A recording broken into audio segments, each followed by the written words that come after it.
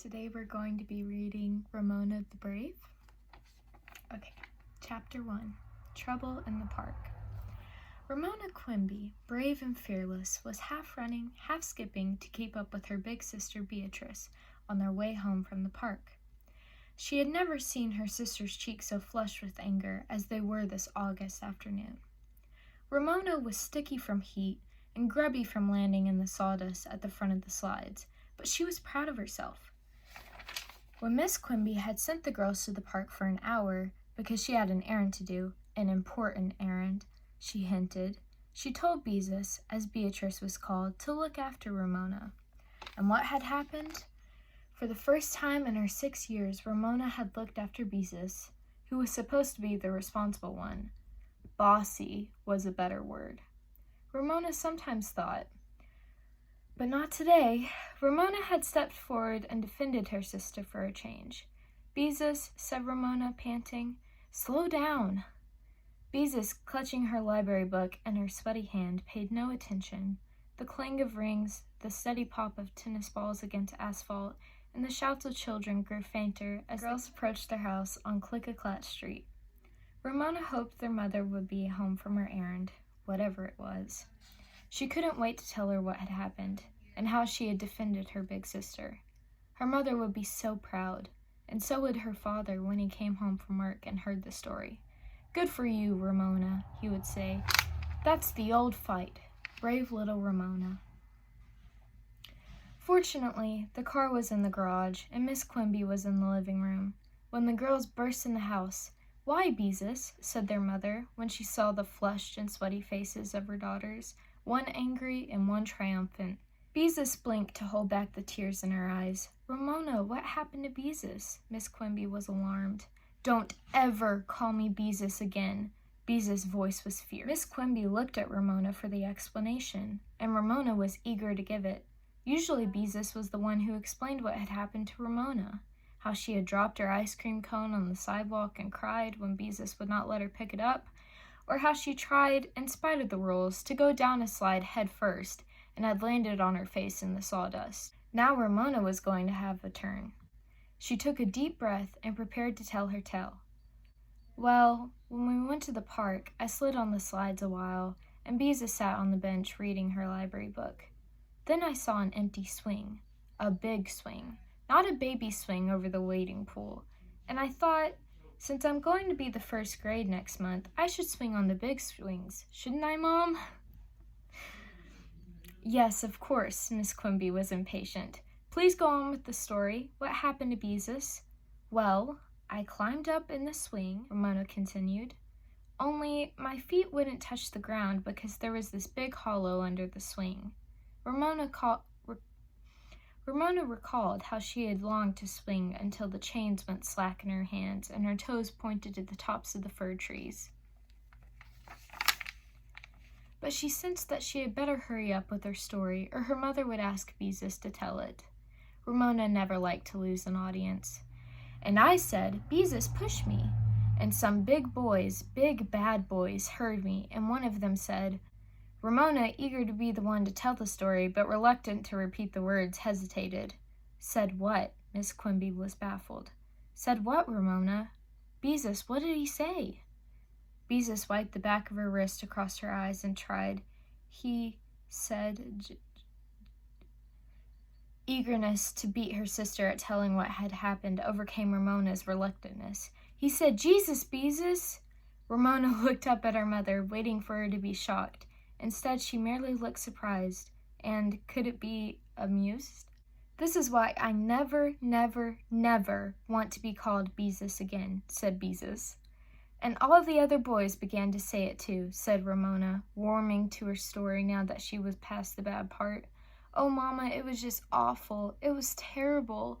All those big, awful boys, they kept saying, 'Jesus, Beezus,' and 'Beezus, Jesus.' I jumped out of the swing and I told them..." Here Beezus interrupted. Anger once more replaced tears, and then Ramona had to get into the act. Do you know what she did? She jumped out of the swing and preached a sermon. Nobody wants a little sister tagging around preaching sermons to a bunch of boys, and they weren't that big either. They were just trying to act big. Ramona was stunned by this view of her behavior. How unfair of Beezus when she had been so brave, and the boys had seemed big to her. Miss Quimby spoke to Beezus as if Ramona was not present. "A sermon! You must be joking." Ramona tried again. "Mama, Beezus was not going to give her little sister a chance to speak. "No, I'm not joking." And then Ramona stuck her thumbs in her ears, waggled her fingers, and stuck out her tongue. "I just about died. I was so embarrassed." Ramona was suddenly subdued. She thought Beezus was angry at the boys, but now it turned out she was angrier with her little sister, too. Maybe angrier. Ramona was used to being considered a little pest, and she knew she sometimes was a pest, but this was something different. She felt as if she was standing aside looking at herself. She saw a stranger, a funny little 6-year-old girl with straight brown hair, wearing grubby shorts and an old t-shirt, inherited from Beezus, which had Camp Nou Manu printed across the front. A silly little girl, embarrassing her sister so much that Beezus was ashamed of her, and she had been proud of herself because she thought she was being brave. Now it turned out she was not being brave. She was silly and embarrassing. Ramona's confidence in herself was badly shaken. She tried again. "Mama, Miss Quimby felt her older daughter deserved all her attention. "Were they boys you know?" she asked. "Sort of," said Beezus with a sniff. "They go to our school, and now when school starts, all the boys in the 6th grade will be saying it. 6th grade boys are awful." "They will have forgotten by then," Miss Quimby tried to be reassuring. Beezus sniffed again. "Mama, I think we should stop calling her Beezus." Even though her feelings were hurt and her confidence was shaken, Ramona had a reason for her own for trying to help Beezus. Whenever someone asked Beezus where she got her unusual nickname, Beezus always answered that it came from Ramona. When she was little, she couldn't say Beatrice. Now that Ramona was about to enter 1st grade, she did not like to remember there was a time when she could not pronounce her sister's name. "Just because I have an Aunt Beatrice, I don't see why I have to be named Beatrice too," said Beatrice. "Nobody else has a name like Beatrice." "You wouldn't want a name like everyone else's," Miss Quimby pointed out. "I know," agreed Beezus, "but Beatrice?" "Yuck," said Ramona, trying to be helpful, but her mother frowned at her. "How about Trissy?" she added hastily. Beezus was rude. "Don't be dumb. Then they would call me Sissy Trissy or something. Boys in the 6th grade think up awful names." "Nobody ever calls me anything but Ramona Kimona." Ramona could not help but think about an awful nickname might be interesting to have. Why not just be Beatrice? Nobody can think up a bad nickname for Beatrice. "Yes, I guess you're right," agreed Beezus. "I'll have to be plain old Beatrice with her plain old brown hair." "I think Beatrice is fancy," said Ramona, who also had plain old brown hair, but did not take it so hard.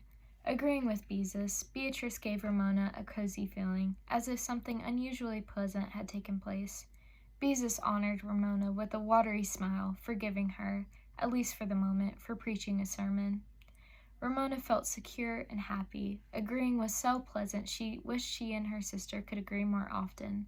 Unfortunately, there were many things to disagree about. Whose turn it was to feed Picky Picky, the old yellow cat who should change the paper under Picky Picky's dish, whose washcloth had been left soaping in the bathtub because someone had not wrung it out, and whose dirty underwear had been left in whose half of the room. Ew. Ramona always said Beatrice was bossy because she was older. Beatrice said Ramona always got her own way because she was the baby and because she always made a fuss. For the moment, all this was forgotten. Miss Quimby smiled to see her girls at peace with one another. "Don't worry, Beatrice. If the boys tease you, just hold your head high and ignore them. When they see they can't tease you, they will stop." The two sisters exchanged a look of complete understanding. They both knew this was the sort of advice easy for adults to give, but difficult for children to follow. If the boys remembered, Beezus might have to listen to Jesus Beezus for months before they gave up. "By the way, Ramona," said Miss Quimby, as Beatrice went off to the bathroom to splash cold water on her face, what did you say to the boys in the park?" Ramona, who had flopped back on the couch, sat up straight. I told them they were not supposed to take the name of the Lord in vain, she said in her most proper Sunday school voice. That's what my Sunday school teacher said. Oh, I see, said Miss Quimby. And what did they say to that? Ramona was alarmed because she knew her mother was amused, and Ramona did not like anyone to be amused when she was serious. Wasn't I right? That's what I learned in Sunday school. She was filled with uncertainty by her mother's amusement, as well as by her sister's anger over the incident. Of course you were right, dear, although I don't suppose a bunch of boys would pay much attention. Miss Quimby's lips were not smiling, but amusement lingered in her eyes. How did the boys answer? Ramona's confidence wilted completely. She was seeing that little girl in the park, who was not the heroine she thought she was after all. They laughed. Ramona admitted in a small voice, feeling sorry for herself. Poor little Ramona, laughed at and picked on. Nobody understood how she felt.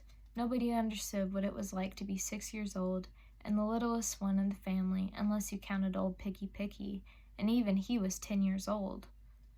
Miss Quimby gave Ramona a big hug. Well, it's all over now, she said. Run along and play, but please don't play Brick Factory this afternoon.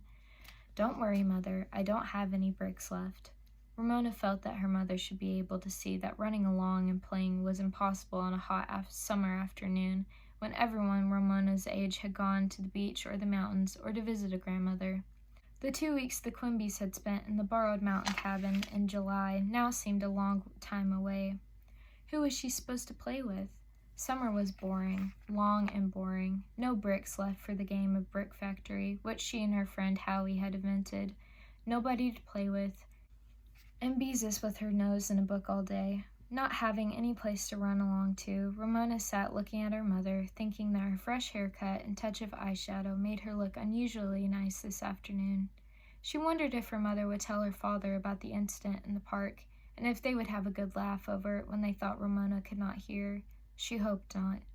She did not want her father to laugh at her. Seeing her mother looking so nice made Ramona recall the reason for the trip to the park.